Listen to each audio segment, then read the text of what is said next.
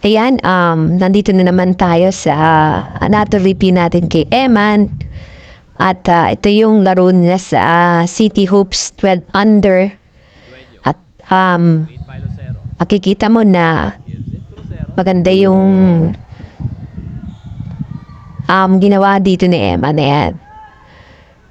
Medyo ano na siya, nagko-coast to coast na siya. Ayan. Medyo bumibilis talaga na si Eman. Sa mga past video ni Eman, nakita ko na rin naman like yung sa Batang PBA na marunong naman talaga si Eman na sa dribbling. Pero iba na ngayon yung kanyang ginagawa. So marami na siya katulad nito yan.